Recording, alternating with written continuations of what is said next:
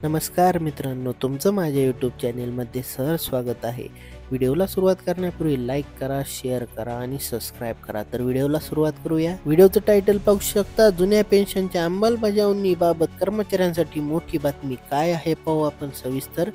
सर्वोच्च न्यायालयाच्या निकालानंतर 56 लाखाहून अधिक सेवानिवृत्त आणि कार्यरत कर्मचाऱ्यांसाठी एक आनंदाची बातमी आहे. जर तुम्ही जुनी पेन्शन पुनर्संचयित करण्याची वाट पाहत असाल तर प्रतीक्षा संपली आहे. यासाठी संपूर्ण बातमी कोणते अपडेट सविस्तरपणे देण्यात आले आहेत ते पाहू. जुनी पेन्शन योजना 1 एप्रिल 2004 रोजी बंद करण्यात आली होती.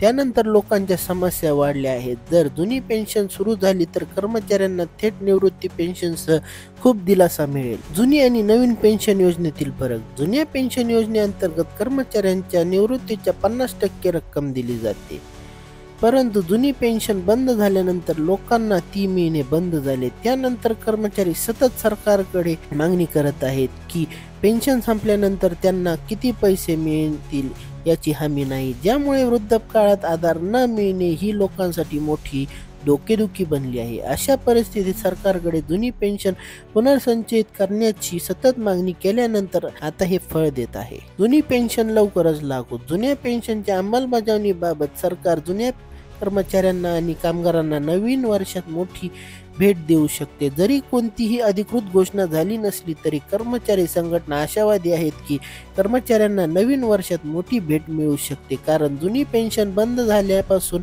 लोकांच्या अडचणी वाढल्या आहेत. त्यांच्या वृद्धापकाळाचा आधार हिरावून घेतला गेला आहे आणि समस्याही वाढल्या आहेत. कर्मचारी संघटनांचे सतत प्रयत्न. कर्मचाऱ्यांनी पंतप्रधानांसमोर हा मुद्दा सातत्याने उपस्थित केला आणि राज्य कर्मचारी आणि केंद्रीय कर्मचाऱ्यांनी एकत्रितपणे संयुक्त परिषदेच्या अध्यक्षा जयंत तिवारी यांना हे पत्र लिहिले. या मुद्द्यावर असे म्हटले आहे की 8 एप्रिल 2013, 24 एप्रिल 2022, 11 जुलै 2013 रोजी कर्मचाऱ्यांना जुनी पेन्शन पुनर्संचयित करण्यासाठीचे पत्र लिहिले गेले. पंतप्रधानांना राजमुखी कर्मचाऱ्यांकडे घेऊन हा मुद्दा उपस्थित केला जात आहे. कर्मचारी संयुक्त परिषदेच्या अध्यक्षा जयंत तिवारी यांनी हा मुद्दा सातत्याने उपस्थित करणे पत्र लिहिले आहे. 12 एप्रिल 2022, 8 एप्रिल 2013, 24 एप्रिल 2023, 11 जुलै 2013 रोजी हे पत्रे लिहून कर्मचाऱ्यांसाठी जुनी पेन्शन योजना निरुपयोगी करण्यात आली होती, ज्यामध्ये जुनी पेन्शन द्यावी की नाही हा पर्याय निवडण्याचा होता. यावर नवीन अपडेट येत आहे. जुने कर्मचारी आणि कार्यरत कर्मचारी दोघांनाही मोठी भेट मिळू शकते. येत्या काळात यावर मोठे आदेश येणार आहेत. व्हिडिओ आवडला असेल तर लाईक करा, शेअर करा आणि सबस्क्राईब करा. भेटूया पुढील व्हिडिओत. धन्यवाद.